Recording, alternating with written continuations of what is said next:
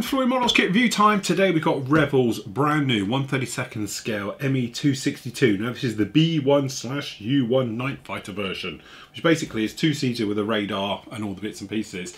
We haven't actually seen an Me262 neutral for quite a while now, so this was actually quite a pleasant surprise when I heard about this particular kit coming up, and quite timely because obviously we've got the German group build starting at the moment. So down on the box you can see lovely little bit of artwork on that one. A couple of sizes just up, so it's just going to be over a foot long, 33.6 centimeters, 39 centimeters on the wingspan. It's going to be not small. Okay, and then it's the same on there, down on here. So your kit number for this one is 04995.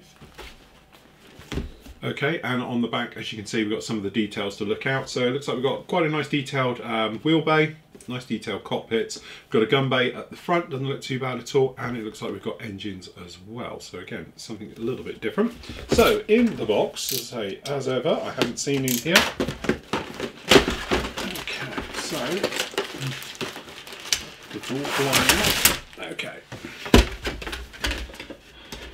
Fortunately, Revell still sticking to their guns about not having keeping with the flip top box.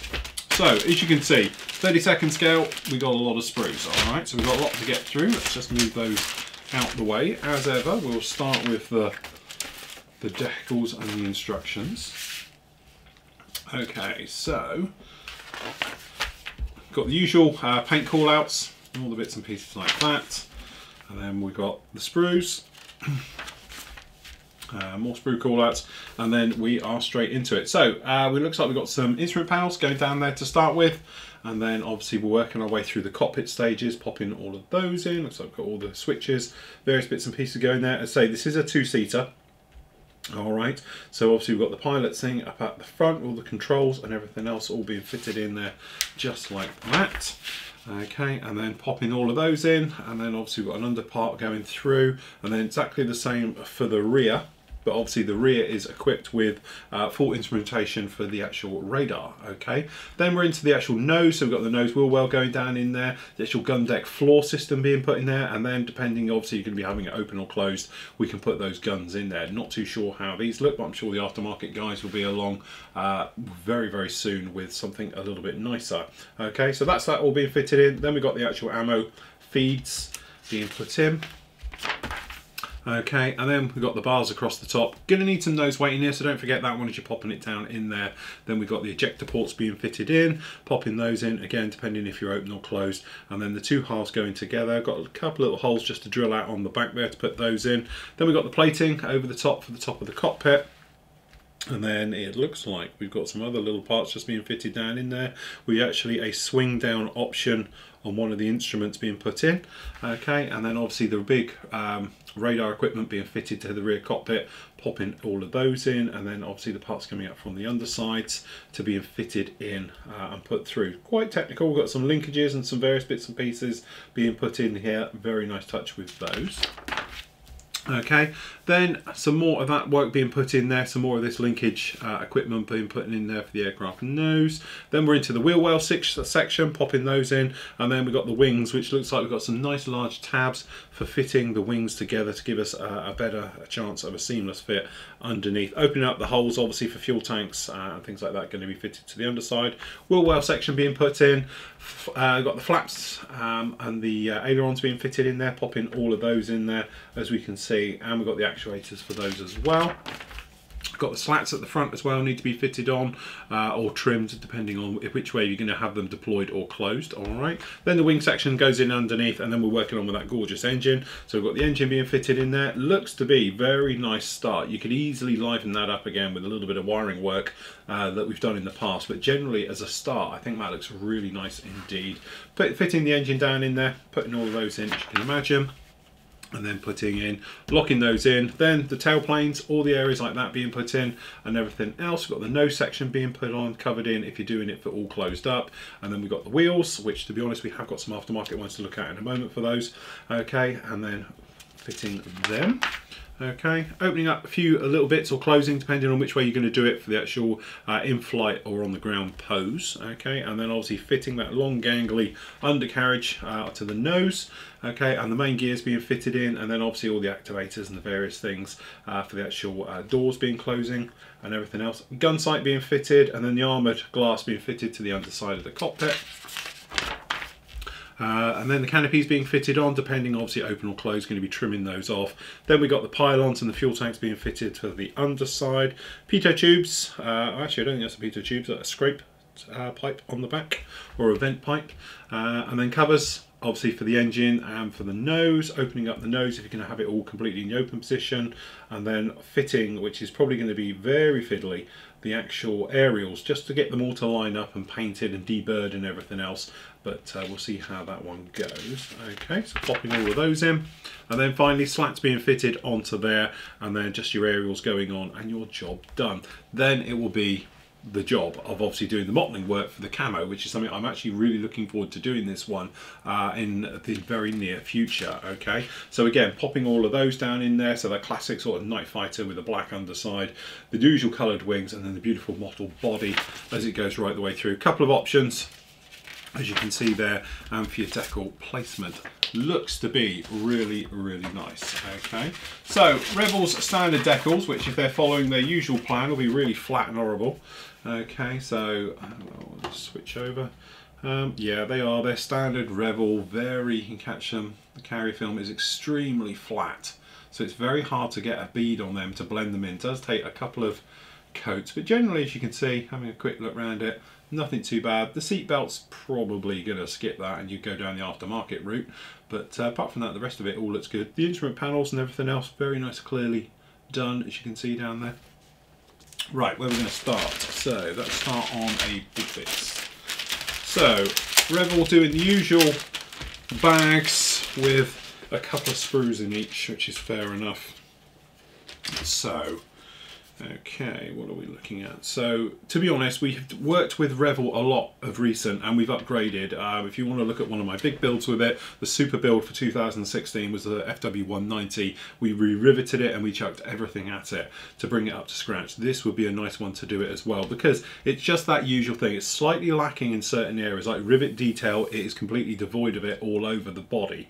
Okay, so but generally, as you can see, not too bad at all. It doesn't look as if there's anything jumping out. It's just with Revell, you always have that little thing where you're going to get a little bit of flash. The moulding's not going to be as crisp as other kits you might look at, and it's not going to be as solid and as sharp. But the thing is, once you start looking past that, you can actually do so much with it. And if anyone who doubts that, go and have a look at the F190 build that we did, because that turned out absolutely as stunning as anything the AAA title manufacturers can do. Okay, but generally, fuselage gives you an idea of the size of this thing. It is going to be quite a large lump, beautifully done. We've got no sink marks, no nasties on it at all. That looks all very nice. The wing section, looking around it, looks very nice, and all the things like that. I can't see any fault. There isn't tons of flash on here, but the wing section, it's very difficult to see in this light, I know, but you can see it's devoid of any sort of riveting details down on there, which is a shame, because it is going to need it, but saying that's something we can do. But that's not too bad, and again on the fuselage, as you have a look along it, not too bad. It's all there. Okay, and then on the inside, again, it's pretty limited on the details you're going to get in here, but that's the thing with these. It's a good jump off point. That's what I always say. If you want to do something out of the box, these are great kits, affordable, nice. They'll go together okay, just sometimes need a little bit of filler.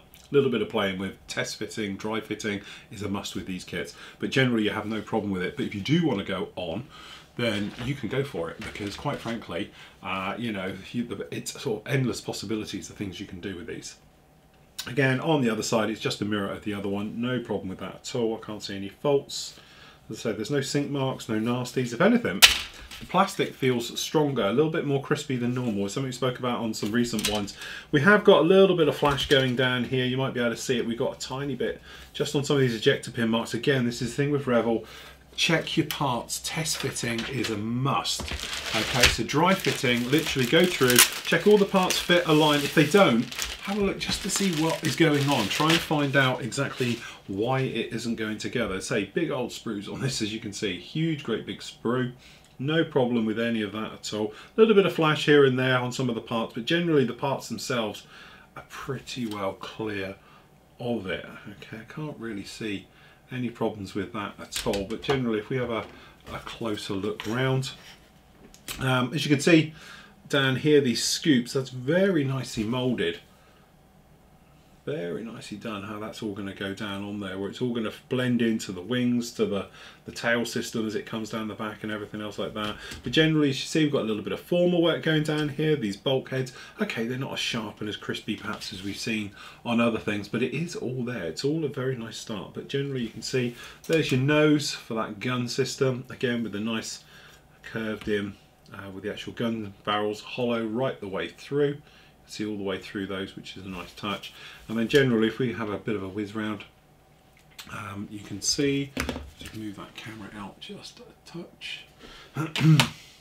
So on these you can see we've got the instrument panels, the bits and pieces down in here, we've got the gear, doesn't look too bad at all, the control stick, all looks to be very nice indeed, and then right the way down and we've got the actual mounting sort of collar if you like for the guns, the aerial, the battery, and then working our way up the other side you can see we've got the deck for the actual gun system, the nose wheel inside, obviously part of the front there as well, looking really nice, and then right the way over and coming back the other way we've got the aerials down here, we can see very finely done, no problem with any of that. The gear quite strong, again a little bit of burring between the two but doesn't look too bad, and we got the chutes for the ammo, no problem with that.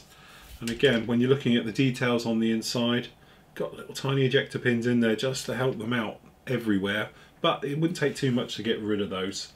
They'll be okay. Unfortunately though, we have got, no, you're okay, they are missing, it's not on there. I thought there was an ejector pin, they're not, they should be on there. Those are the little domes, just to allow the clearance down on the gun deck. So yeah, really very nice. Very nice. Okay, next bag.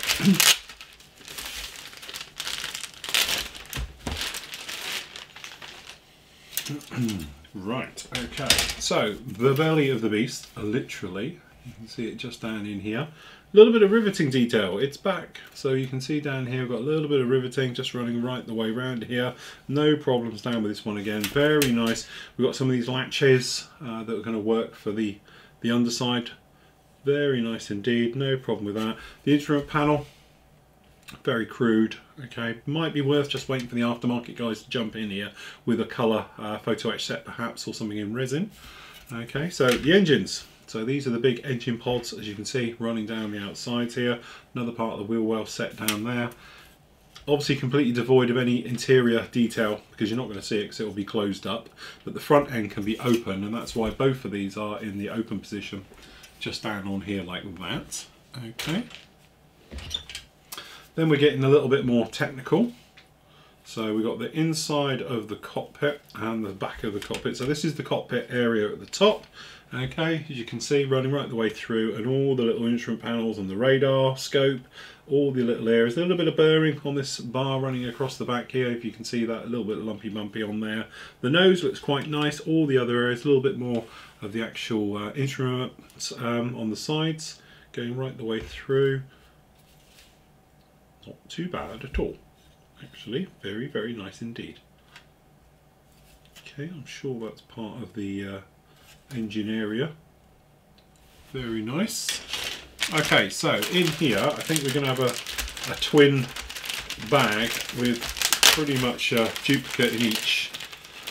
I'm thinking, have they done it that way? Not quite. Yes, they have, yeah. Okay, so duplicate of these, so we're going to get two of these. So you can see that all important, gorgeous engine right the way through. Very nice indeed. So we've got the shock cone at the front here, moulded in one lump, completely solid. Okay, and then all this little engine details right the way around here. Again, this is one of those things where it might look pretty crude and not very nice on the sprue. Once it's together, painted, a little bit of dry brushing, things like that, and then you come in there with a little bit of wiring, things like that, a little bit of lead wire, tiny little bits here and there, it will just make it pop, it will just jump to life, no problem with that at all.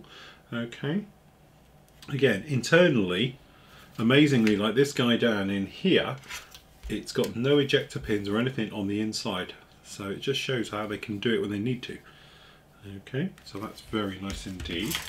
Okay, so we've got the wheels, something we're going to look at in a moment, but actually those don't look too bad at all. I might have just made a mistake because those look pretty good. The guns, again, they don't look too bad. I think by the time they're taken care of and played and sorted out and everything else.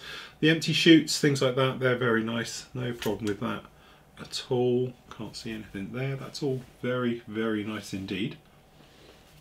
And we've got the fuel tanks and the aerial system. So it's quite nice that this aerial is one piece, because that would be fiddly as hell to put together. It looks fiddly anyway. The only thing is just deburring it slightly, i.e. taking off that seam where the mould comes together, you get the seam line, like you get on the outside of the sprue. Well, actually this one's pretty good, so it may be, it's not got much in there, but it's a little gentle scrapes, take your time. But again, the fuel tanks don't look too bad at all. They'll be okay once they're painted and done. Very nice indeed. So, last up we have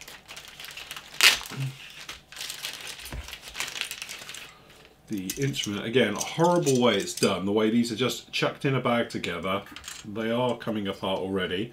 So let's face it, Revell's never done that much about the actual canopies. This has got some big scrapes you might notice on the top here already, and generally it's not the best, but it's adequate. There's no big blurring or anything else down in there.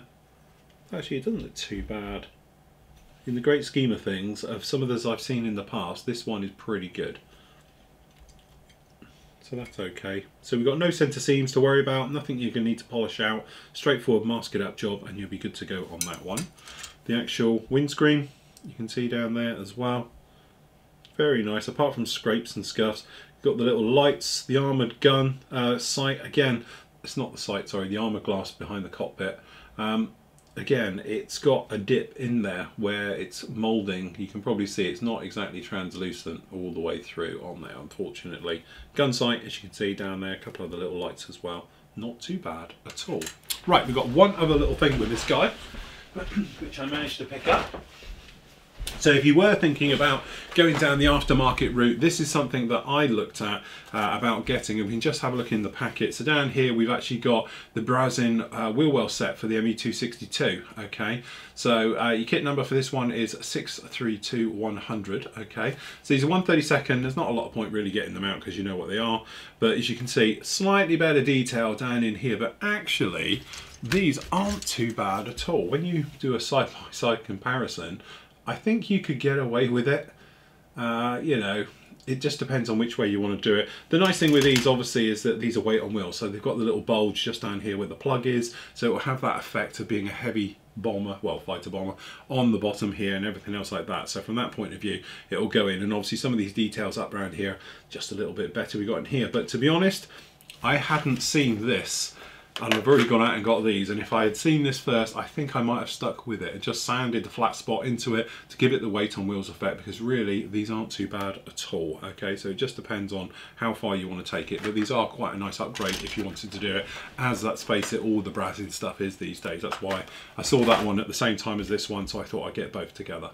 So there we go, that is Revell's brand new 1/32 scale Me262 Night Fighter. Looks to be an absolutely gorgeous kit, and if you want to see this one built, tune into us at Flory Models because I'm going to be building it very soon.